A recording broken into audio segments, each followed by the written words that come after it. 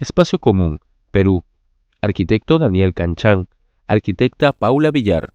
Espacio Común es una asociación peruana que trabaja desde la arquitectura, la antropología y las artes en entornos urbanos autoproducidos. Promueven ciudades donde el cuidado y el juego sean motores de aprendizaje y cooperación.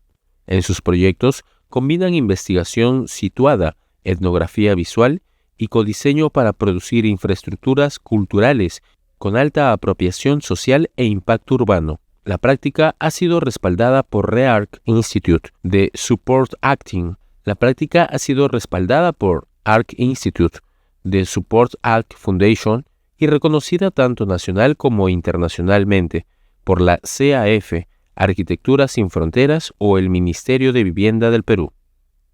Nosotros vamos a contar un poco algunos proyectos, pero realmente más también son como excusas para contar los territorios y los contextos donde trabajamos. Y es un poco un repaso breve de los últimos 10 años tal vez. Nosotros hemos formado parte de otras oficinas con otros compañeros también, entonces hay proyectos de distintas etapas, desde Lima hasta la Amazonía peruana en los últimos años. Nosotros trabajamos alrededor de distintos temáticas como pueden ser el cuidado, el juego y también la mediación cultural. Desde la arquitectura lo intentamos trabajar pues desde el diseño, la construcción y la gestión también de estos procesos, pero también un poco inconscientemente en los años y ya más consciente pues estas últimas etapas desde la antropología, desde el audiovisual. Nosotros trabajamos en dos territorios últimamente, que son la ciudad de Lima, en la costa, que estamos aquí, y en la Amazonía, en Iquitos específicamente. Entonces son lugares muy diversos entre sí, pero tienen algunas similitudes que creo que en el camino de repente se van a poder manifestar. Y entonces arrancamos primero con Lima, ¿no? Un poco Lima ha sido el lugar donde hemos aprendido pues todas las herramientas y cosas que la universidad de repente no nos pudo proporcionar, pero que nos han servido pues, para ir insertándonos en las lógicas y en la forma de hacer ciudad. Entonces Lima es una ciudad pues, bastante grande, 11 millones de habitantes casi, donde la mayoría de la ciudad, casi el 70% es de origen informal, ha sido autoconstruida, autogestionada, y es una ciudad que genera muchos contrastes, ¿no? Entonces, les dejo este video primero.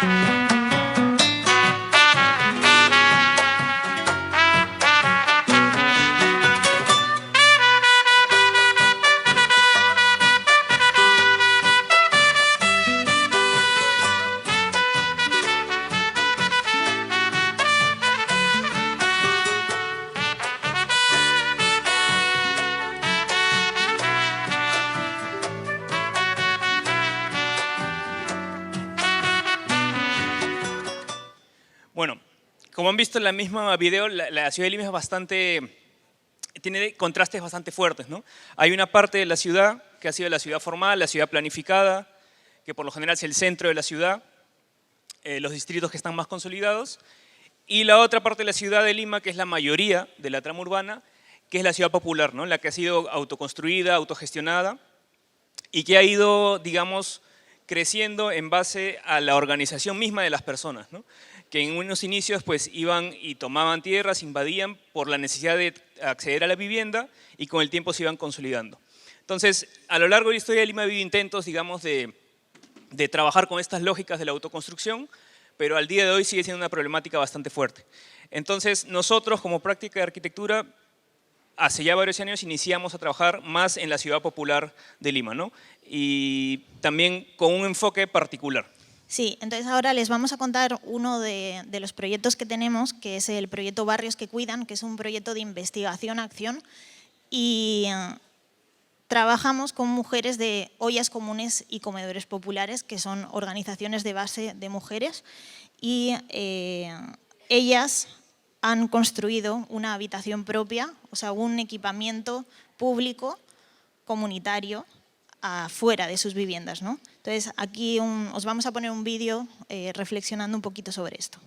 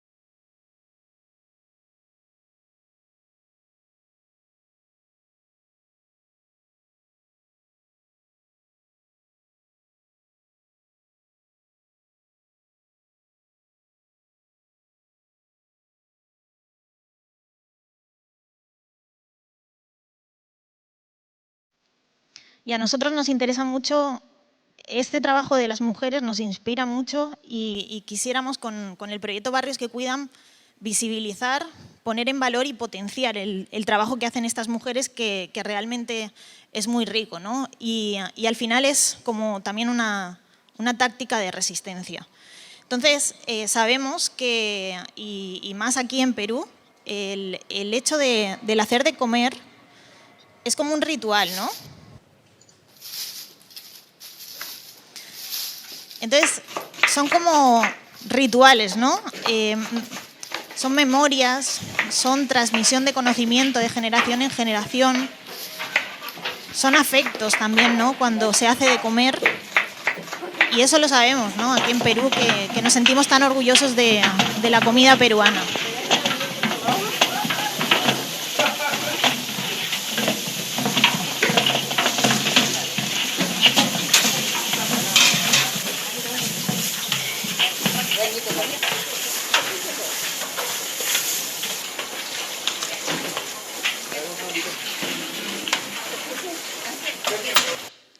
Pero a su vez, estos espacios van mucho más allá del preparar un alimento de comida a las familias, ¿no?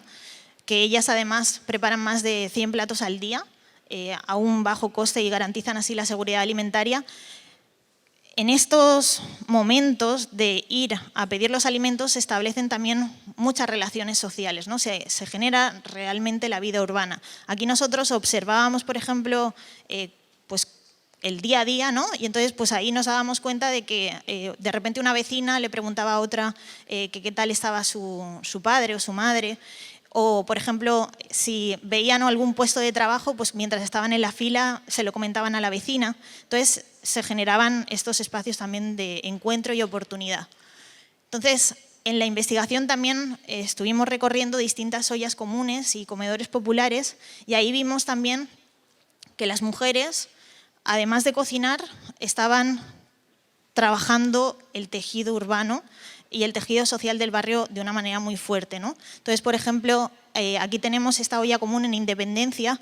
En la misma olla común, en el segundo piso, han conseguido los fondos para construir un centro, que lo llaman su centro tecnológico, y ahí una de las vecinas da clases de refuerzo escolar a los niños, o por ejemplo los sábados pues hay algunas actividades de manualidades, o se ponen películas. Y entonces, al final, la olla común pues tiene otro uso, ¿no? Más allá. Y ahí, por ejemplo, nosotros pues, vimos cómo involucrar también a otras universidades y ver cómo podíamos apoyarles a estas mujeres haciendo un equipamiento pues, mucho más consolidado, ¿no? O, por ejemplo, estas mujeres en la olla común La Carretera, en el Agustino, que es otro contexto, ¿no? Ellas, una vez al mes, sacan sus mesas a la calle y organizan actividades también con niños y niñas y paran el tráfico y van generando un espacio seguro para los niños y las familias. O estas mujeres en Villa María del Triunfo, en esta olla común, esta se llama Quebrada Alta, esta es la señora Janet, y tienen aquí un biohuerto y ellas son defensoras de las lomas. Entonces, como vemos, el hacer de comer pues va más allá, ¿no? Y tiene un impacto social. Entonces, el proyecto Barrios que Cuidan también lo que buscaba es que sabemos que en muchos casos las ollas comunes y los comedores populares caen en pérdidas, ¿no? Económicas, porque las mujeres trabajan de manera voluntaria.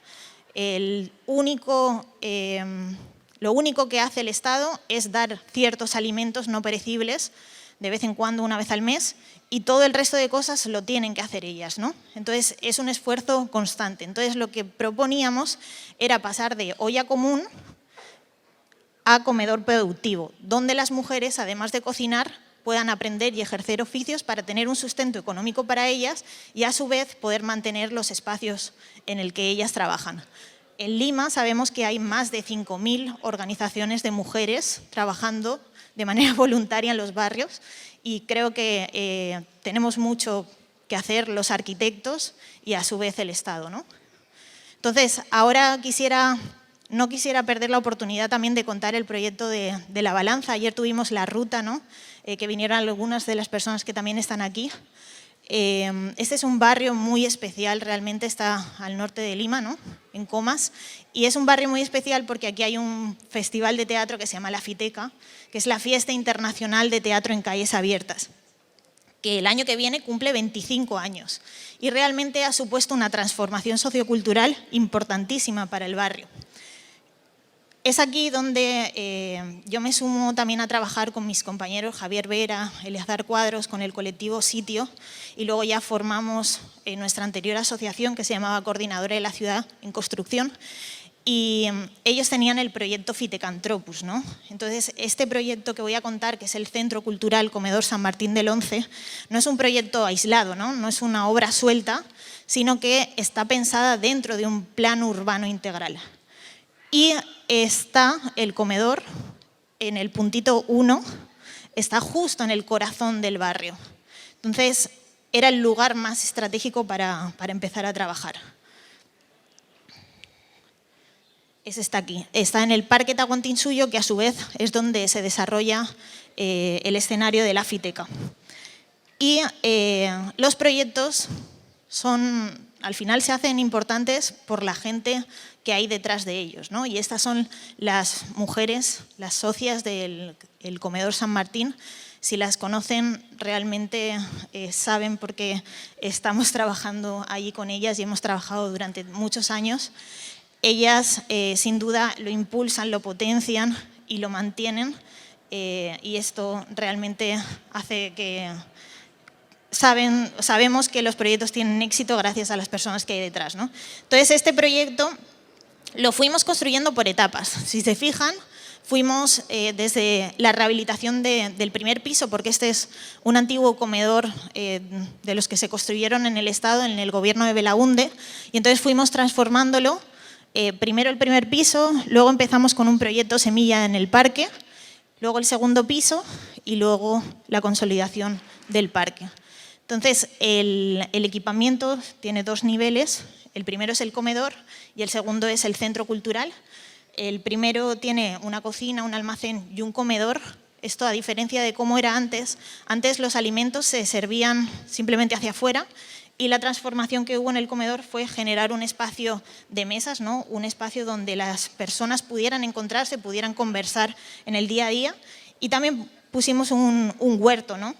Y en el segundo piso pusimos una biblioteca y una sala de usos múltiples. Aquí algunas fotografías para que puedan ver cómo es el espacio, con una cocina abierta donde pueden trabajar varias personas a la vez, el comedor, ¿no?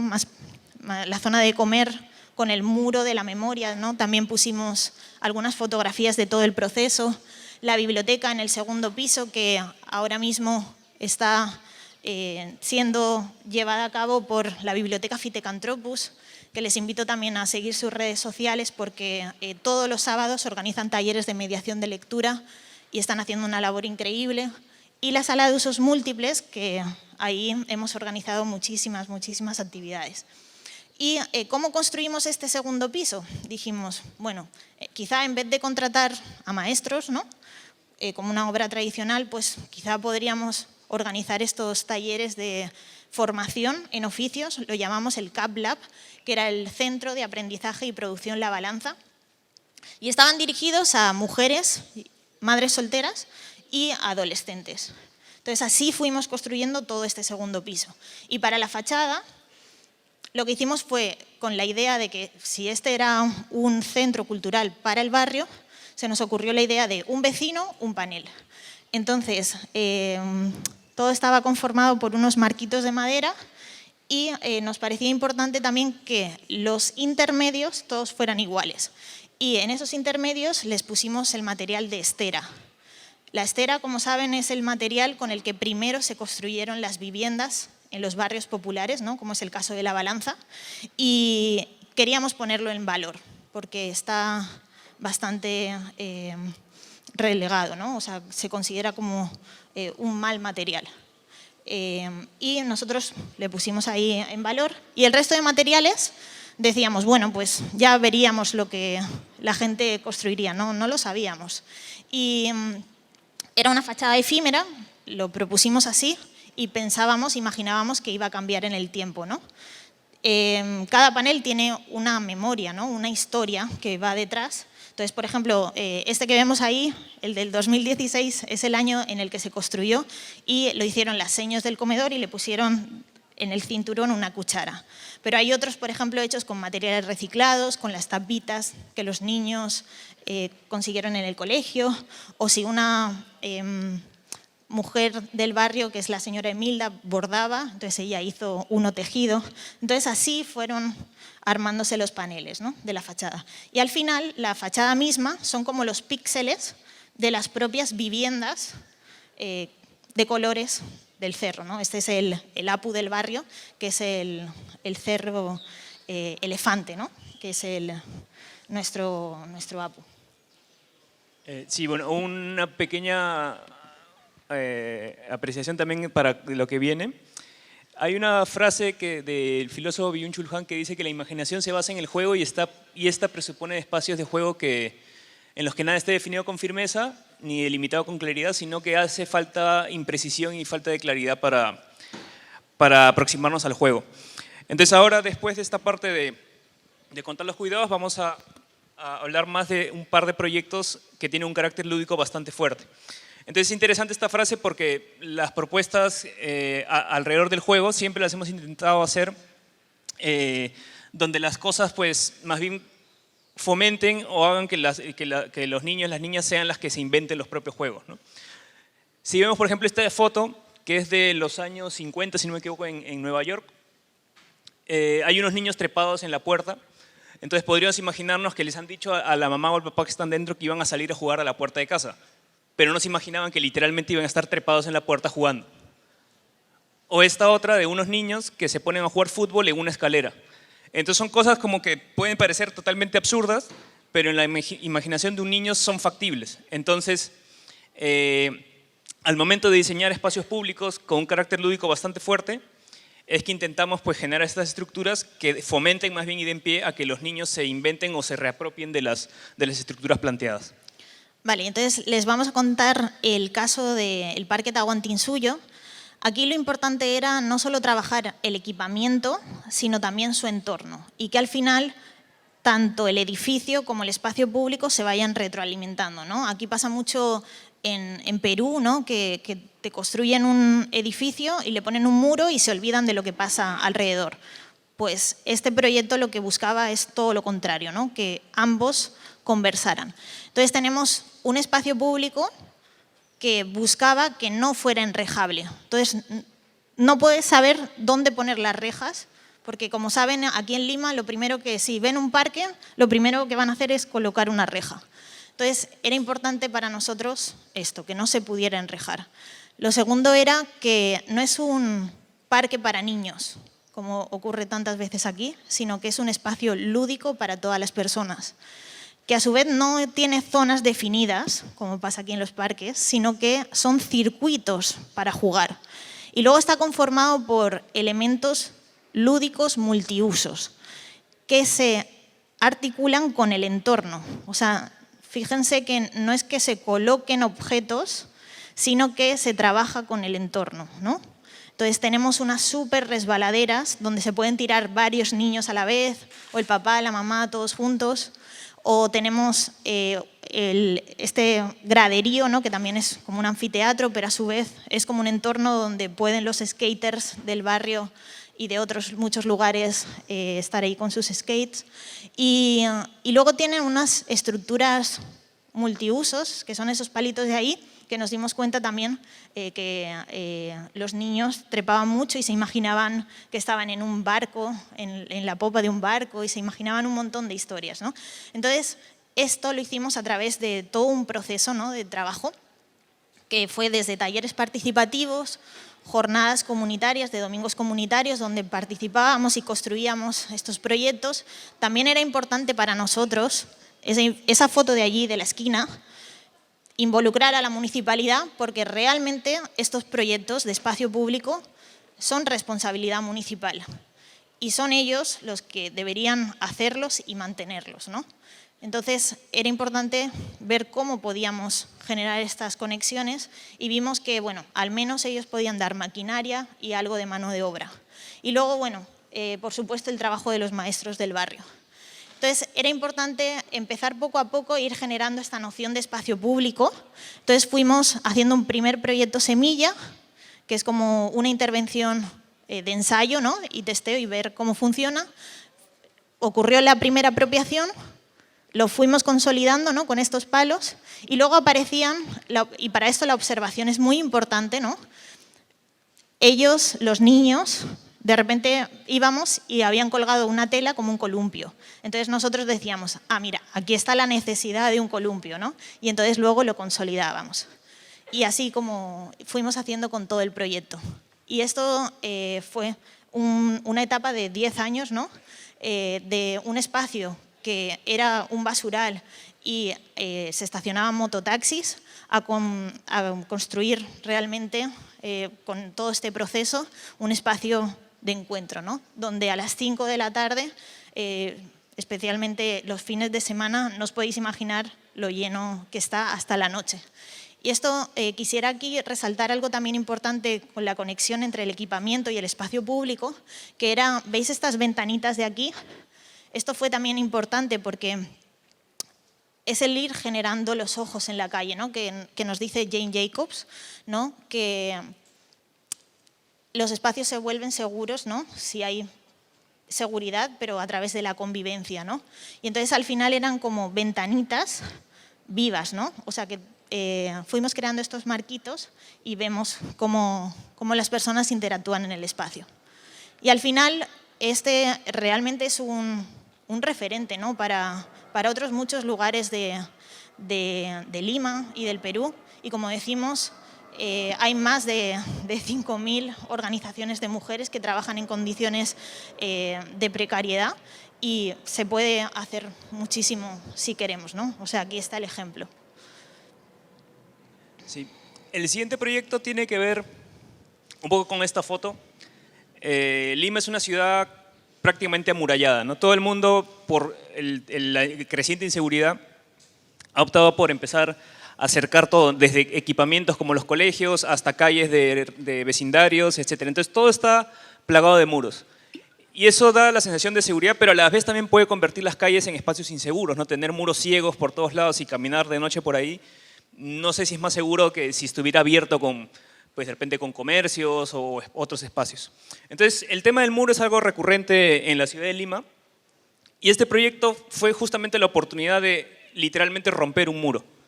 Este proyecto es del año 2019, eso se hizo con la Fundación Bernard Van Leer en Lomas de Caraballo.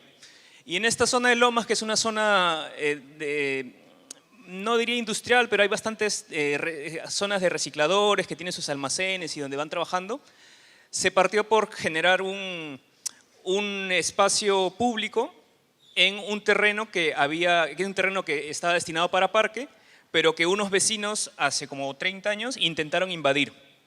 Entonces la comunidad se opuso y se quedó esta especie de L de muro abandonado, vacío, como una especie de ruina, de un intento antiguo de invasión. Este espacio era un lugar inseguro, era sucio, estaba abandonado. Entonces la idea con este proyecto fue cómo podemos generar algo en ese lugar, ¿no? Entonces llegamos a algunas referencias, como este artista, que tenía 101 maneras de subvertir un muro y tenía 101 dibujos de distintas situaciones que ocurren alrededor de un muro. Dijimos que nos parecía interesante, pero ¿qué pasaría si todas esas situaciones pueden ocurrir en simultáneo en un único muro?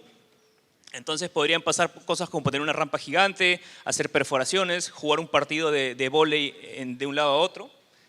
Y esa idea queríamos aplicarla en este proyecto. Entonces este es el muro en su estado original cuando lo encontramos. Ya estaba también plagado de pintas de candidatos políticos, de un colegio que estaba promocionando su escuela ahí. Pero esta era la situación actual, ¿no? Entonces la propuesta era transformarlo por completo, pero sin destruir la estructura que ya había costado seguramente dinero en su momento, sino aprovecharnos de ella más bien, ¿no? Para darle otra vida.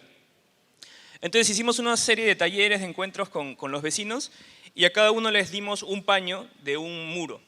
para que lo transformen. Entonces cada uno empezó a imaginar, primero tímidamente, como que bueno, ¿qué le podemos hacer? Denos algunas ideas, y después ya se fueron soltando y se fue armando distintas situaciones en distintos paños, ¿no? La idea era que cada vecino pueda plasmar lo que imaginaba que podía ocurrir en ese muro, y cuando juntamos todos, pues ya da una idea más interesante de qué situaciones podrían generarse cuando sumas los sueños, digamos, de muchas más personas, ¿no? Entonces esto después lo llevamos a unos esquemas y dibujos y de distintas cosas que podrían ocurrir, y nuevamente muchas de ellas eran situaciones de repente absurdas, como rampas o caminos que se entrelazaban entre ellos, escaleras que se volvían rampas y volvían a subir en un circuito infinito. Entonces eran distintos paños que se iban activando. Eso lo pasamos en una maqueta también, porque es cierto que la maqueta en estos proyectos ayuda muchísimo para poder trabajar. Y empezar una serie de faenas, de varios domingos de construcción, donde estábamos pues entre arquitectos, constructores, vecinos, vecinas, incluso personal de la municipalidad, rompiendo este muro, moviendo los escombros, un poco colaborando entre todos. Y realmente era un momento bastante bonito, porque el hecho de romper un muro de esa manera era como bastante simbólico, ¿no? O sea, algo que primero te tapaba, no sabías lo que ocurría detrás, pues rompiendo estos algunos paños ya existía una comunicación bastante fuerte con el entorno inmediato. Entonces, después de varias faenas y trabajo de colaboración, donde estamos pues ahí todo el equipo, como decía, desde los constructores hasta funcionarios de la municipalidad, se logró transformar este espacio. La idea era que se entienda y que se vea que lo que existió antes. Entonces, no fue una premisa empezar a tarrajear todos los muros o pintarlo absolutamente todo y que parezca una construcción totalmente nueva, sino que se entienda que existía algo ahí, que antes era un lugar peligroso, que dividía, que separaba, que estaba totalmente abandonado, por un nuevo espacio que donde los niños, los más pequeños, podían estar apropiándose, ¿no? Entonces, fue interesante también ver cómo por estas pequeñas intervenciones mínimas, ya incluso padres de familia iban con sus hijas también a estar en el espacio, ¿no? Entonces, elementos muy pequeños, gestos muy significativos, pero que generaban un gran impacto en el proyecto, ¿no? Y bueno, el proyecto, como decía, se ve incluso la pintura de las antiguas huellas de pintas que había de candidatos, de colegios, pero ya transformado en un espacio mucho más activo y mucho más acogedor también para las infancias. Entonces, al final lo que se logró fue una serie de situaciones que se sumaban y convivían una al lado de otra en un mismo espacio. Y esto, para trasladarlo ya al último apartado, que era más de la mediación cultural, es también como el juego, pues en otro contexto, en estas imágenes que ya son en Iquitos, en el barrio de Belén, pues también es protagonista y es introductorio a un territorio completamente distinto, pero con siempre, creo, puntos en común con todos los barrios que han sido autoconstruidos, autogestionados y pues que la gente los está intentando sacar adelante. Aquí ha habido ya algunas charlas, ¿no?, que nos han hablado de la Amazonía, incluso aquí tenemos a Belén, Belén Desmesón, que nos ha hablado de Belén. Y bueno, sabemos que la Amazonía ocupa el 60% del territorio nacional, o sea, es la gran mayoría del Perú. La gran mayoría del Perú es selva. Sin embargo, vive solo el 14% de la población, ¿no?, el 13,9%. ¿Y qué nos enseña la selva? Esto es algo que es un territorio nuevo que nosotros llevamos ya un par de años trabajando en él. Y lo que nos enseña la selva es, y la cosmovisión amazónica, es a tener una relación muy importante, ¿no?, con la naturaleza y ser conscientes de que ella es realmente la que nos provee la vida, ¿no? Y que nosotros pues, tenemos una relación de interdependencia muy importante con esta. Pero ¿qué estamos haciendo, ¿no?, con las selvas, ¿no?, con la selva? Ya sea por la acción del hombre, ¿no?, con la minería, la tala ilegal, como por la inacción, ¿no?, o sea, por las cosas que no hacemos y que dejamos que otras personas hagan, ¿no? Y ya van 34 líderes y lideresas asesinados, ¿no?, en la última década. Son defensores ambientales y no se está haciendo nada, ¿no? Entonces, es ahí donde nosotros también ponemos el foco, ¿no? Por esta lucha, ¿no? Que están haciendo desde la selva, ¿no? Entonces, Iquitos es la ciudad más grande del mundo sin acceso en carretera. Es ahí donde estamos trabajando ahora, y en particular en el barrio de Belén. Este es un barrio muy especial también porque tiene 6 meses al año muy marcados. Tiene 6 meses al año que son tierra y 6 meses al año que son agua. Entonces, las personas han aprendido a convivir entre estas 2 temporadas. Entonces, tenemos la época de vaciante, de julio a diciembre, y la época, de creciente, ahí está mal el texto, de creciente, de enero a junio. Y entonces, aquí, en este barrio, se vive mucho en la calle, ¿no? Entonces, cuando hay época de vaciante, ¿no? Y está la tierra, las personas salen a la calle, hay montones de niños. Daniel y yo pudimos convivir también y vivir ahí en el barrio. Estuvimos viviendo un mes y conocimos más a los vecinos de Belén que a nuestros propios vecinos con los que llevamos años viviendo en un edificio, ¿no?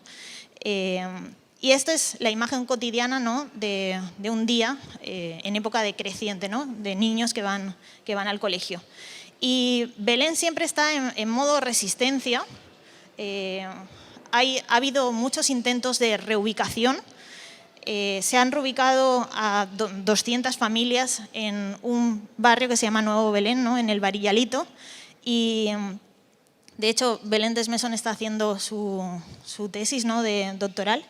Y claro, lo que se está pensando desde el Estado con el tema de la reubicación es no entender realmente cuál es la forma de habitar de las personas de Belén, ¿no? Que son habitar en relación con el agua.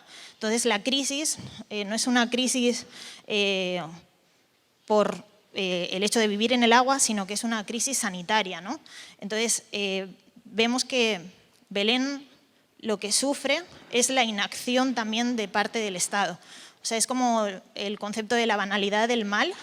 O sea, lo que están haciendo es que con el hecho de no hacer nada, están intentando que la gente se vaya de Belén, ¿no? Y aquí tenemos a miles y miles de personas que, por supuesto, no les recogen la basura, no les ponen el desagüe, entonces conviven con situaciones de mucha precariedad.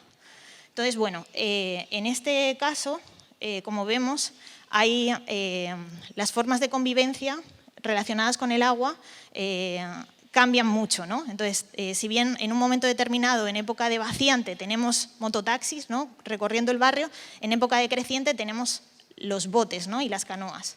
Entonces, estas son las casas son palafíticas y aquí hay, las viviendas se construyen con madera, sus techos son de yarina o crisneja, ahora ya más en calamina. La vida cotidiana, por ejemplo, si una bodega, por ejemplo, está en época de vaciante en una casa, en época de creciente salen los botes, ¿no? con todos los alimentos. Y luego tienen muchas celebraciones. Tenemos el Carnaval de Belén, que esto es en agosto, en época de vaciante, y lleva más de 18 años. Luego tenemos el Festival Muyuna, que es el que les vamos a contar ahora. Tenemos el Carnaval, tenemos el Día de los Muertos. Hay como muchas celebraciones en este barrio. Aquí una imagen del día a día. Y les vamos a contar este festival que estamos organizando ya con nuestros compañeros comunicadores y audiovisuales, que es el Festival Muyuna, que es el Festival de Cine Selvático Flotante. Llevamos ya 2 ediciones. Aquí un vídeo para que puedan verlo.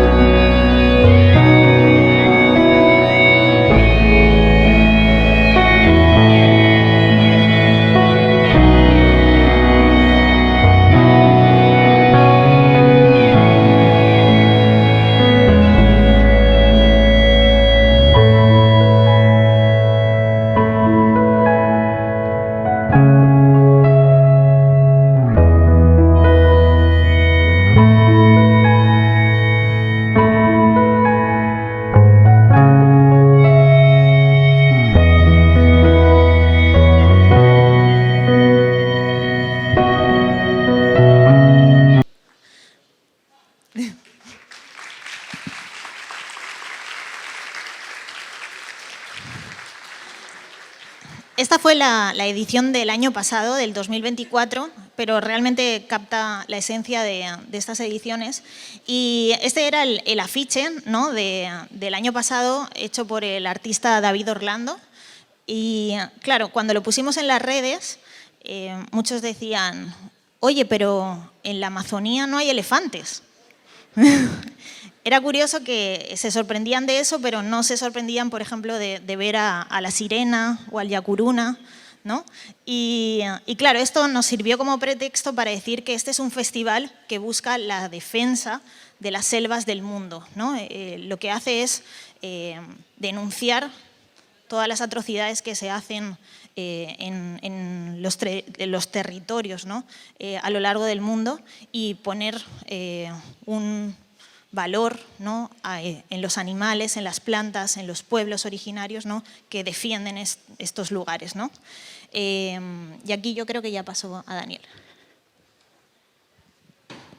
Sí, también para complementar esta parte, históricamente en Iquitos, bueno, en la selva, pero en Iquitos en particular, el acercamiento del cine que ha tenido con el territorio de Iquitos ha sido mucho más extractivista en el comienzo, ¿no? O sea, de hecho, inició en la época del caucho, cuando el cauchero Arana empezó a contratar a fotógrafos para que registren estos campos prácticamente de concentración que tenían, donde tenían esclavizados a los indígenas, como para un poco limpiar la cara a estas plantaciones, ¿no? Entonces, después ha habido ya más reciente, pues, películas muy grandes que han ido a filmar, pero siempre ha sido con una visión externa de como del indígena, alejado de nosotros, totalmente distinto, para intentar retratarlo, ¿no? Entonces, la idea del Muyuna, ya hace varios años también hay una movida bastante fuerte del cine comunitario, ¿no?, de posar la cámara, no a las personas de lo que habitan los territorios, ponerlas detrás de la cámara para que también cuenten las propias historias.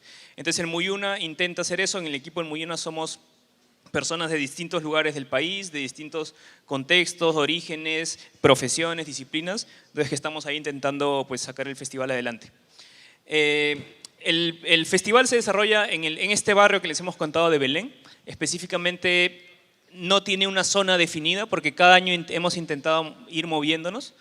La primera vez, el año pasado, se intentó que sea en el punto 11, donde está ahí esta especie de cancha de fútbol, porque siempre, si ven ahí resaltados con un rojo más intenso, son colegios que hay en Belén. Entonces siempre hemos intentado que el festival, la proyección flotante del festival, se vincule a estos centros educativos. Pero el año pasado el nivel del agua fue bastante bajo. Si ven ahí las columnas, eso tiene como 3,5 metros, y en promedio debería haber estado el agua a la mitad, pero el año pasado estuvo tan baja que estaba, pues, a 50, 40 centímetros cuando llegamos. Entonces, los botes todavía podían pasar, pero al momento de haber tenido el escenario terminado, hubiera estado muy bajo y ya no se hubiera podido entrar en bote, hubiéramos tenido que poner unas sillas de plástico con los pies en el agua, entonces no tenía mucho sentido hacerlo así. Entonces lo que hicimos fue seguir recorriendo Belén, otras zonas, y en la parte frente del río Italia está otra zona que se llama San Francisco, que es más profunda, porque si ven ahí la escala de ese colegio, son casi 2 niveles que está elevado, porque el agua suele llegar hasta esa altura, ¿no?, casi 5,5 metros. Entonces, como en esta zona todavía había agua, dijimos, bueno, nos tenemos que trasladar aquí, y en prácticamente una semana tuvimos que ajustar un poco el diseño, reorganizar, coordinar un poco con los vecinos para poder empezar a montar el proyecto. Entonces, como les digo, siempre trabajamos con los colegios porque son aliados fundamentales para temas logísticos, para temas de seguridad también, pero también porque siempre queremos involucrar a los niños y a los alumnos de los coles para que puedan participar de los talleres que se van haciendo, ¿no?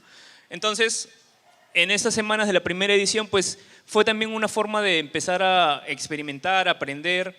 Nosotros teníamos bastante temor de cómo se puede construir en el agua. Nosotros que, pues, somos de Lima, no hemos construido nunca en Belén, pero creo que después, a través de conversar y coordinar bastante con los maestros constructores, fue alineándose el diseño, se fueron haciendo ajustes, y lo que a nosotros nos podría en un principio parecer complicado, para ellos era lo más sencillo del mundo, ¿no? Entonces, construir este proyecto fue realmente un aprendizaje absoluto, esta primera edición.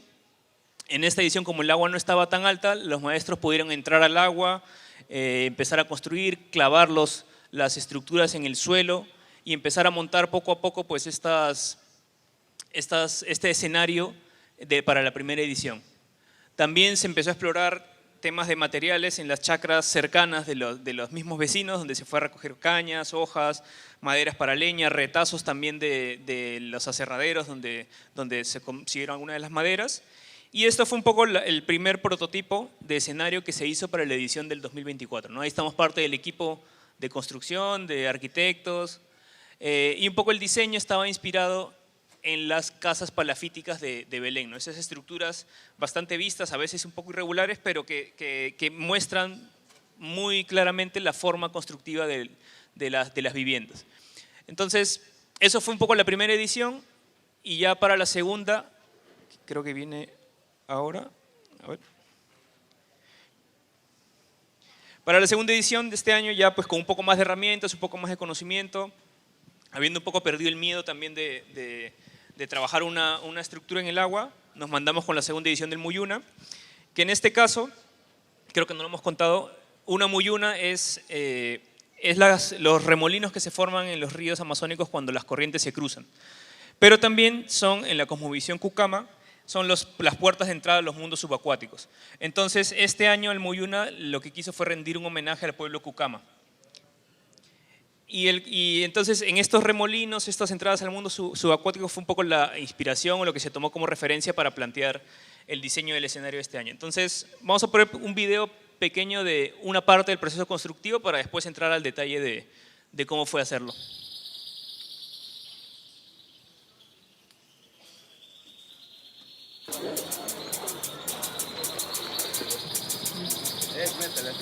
¿Está bien así?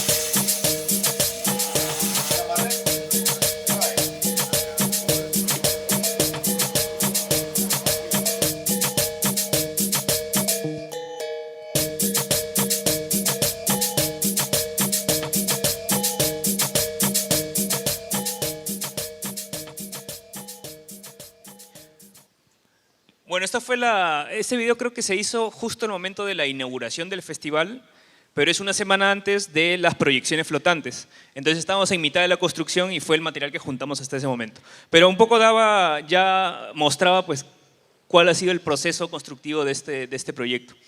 Y eran básicamente por unas cuantas capas, ¿no? Esto también está inspirado en la forma constructiva de las casas balsa de Belén, que son como las primeras... la primera forma de las casas de Belén, porque en Belén, a diferencia de en Lima o en la costa, por ejemplo, que la construcción es progresiva, que va ampliándose, va consolidándose en el tiempo, en Belén lo que puede pasar es que una casa puede tener muchas vidas, ¿no? Entonces, tiene una primera casa que puede ser flotante, hecha con topas, que son estos troncos ligeros y gigantes que flotan en el agua. Después puede convertir, si se va consolidando, en una casa palafítica, pero después de unos 15 años de repente los dueños de la casa deciden cambiarla por completo y mantienen las estructuras pero cambian todas las herramientas. Entonces son casas que tienen una misma casa, realmente puede ser muchas casas, ¿no? En el tiempo. Entonces la idea era rescatar la forma de construir de manera flotante, además que en ese video que han visto, la profundidad del agua en ese momento era 3 metros y medio. Era el video anterior que les dije que el agua estaba bastante baja, pues ahora es ese mismo espacio este año donde el agua estaba completamente alta. Entonces eran capas y distintos niveles de estructuras, y todo esto fue construido pues básicamente con estas herramientas sencillas y sobre todo con la habilidad, experiencia y trabajo corporal de los maestros constructores, que son entre pescadores, agricultores y que han construido sus propias viviendas también. Entonces nuevamente también se usó la maqueta como herramienta comunicativa, ¿no? Para poder empezar a entender la forma y el proceso constructivo de este proyecto. Y la primera base era esta especie de círculo hecho de topas, todas que apuntaban hacia el centro, que se hizo primero haciendo como un decágono, unos triángulos para ir probando las distancias, ir haciendo la forma, después se fue rellenando con más topas. Y claramente daba un poco de miedo porque decíamos, no sabemos cómo va a quedar esto. De hecho, también antes de construir con el maestro constructor estuvimos conversando varios días de cuál era la mejor forma de hacer esta plataforma de la base. Y al final, pues entre unas y otras concluimos que este círculo era lo más adecuado. Después empezó a hacer la plataforma central, la pasarela externa para poder recorrer este proyecto y no solamente poder verlo desde los botes. Y poco a poco fue pues tomando forma, se empezó a armar el esqueleto. Como decía, el hecho de contar con los constructores fue fundamental porque creo que este proyecto con otro tipo de perfil de constructor no hubiera sido posible. O sea, el conocimiento de trabajar en el agua, el equilibrio, manejar la forma de movilizarse entre las estructuras fue fundamental para poder avanzar. Después David, el mismo artista que hizo el afiche principal, se organizó un taller de pintura, de dibujo con niños y niñas del barrio. Y estos lienzos que mostraban desde la cosmovisión Cucama, como mencionamos, el mundo como de arriba, el mundo que habitamos nosotros y el mundo subacuático, para después colocarlos en los laterales del proyecto. También otra parte interesante fue la parte alta de los cerramientos laterales, donde se empezó también inspirado en los patrones y la simbología de los Cucama, se empezó a armar estos paños de los laterales. Y para eso, ahondando un poco más en lo que hicimos el año pasado de recolectar de las chacras cercanas, fuimos a la chacra de Rafa, que es el maestro principal, a recoger, investigar y ver qué cosas nos encontramos por ahí para poder recolectar y traer y como empezar a vestir el escenario.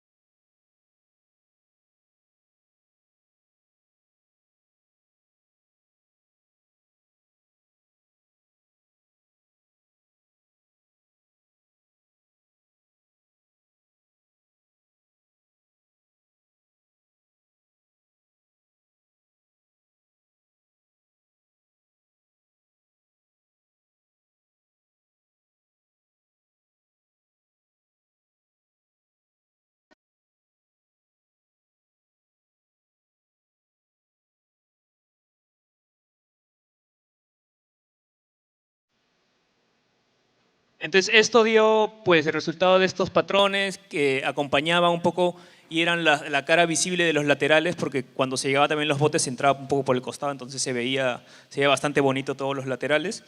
Y lo que se usó aquí, algunas plantas o ramas como de la yuca, también del aguaje, que el aguaje es esta fruta, y claro, cuando sacan el aguaje queda su rama con un montón de puntos, entonces era interesante transformar estas fibras naturales en elementos que pueden ser parte de una fachada, aunque sea de manera temporal.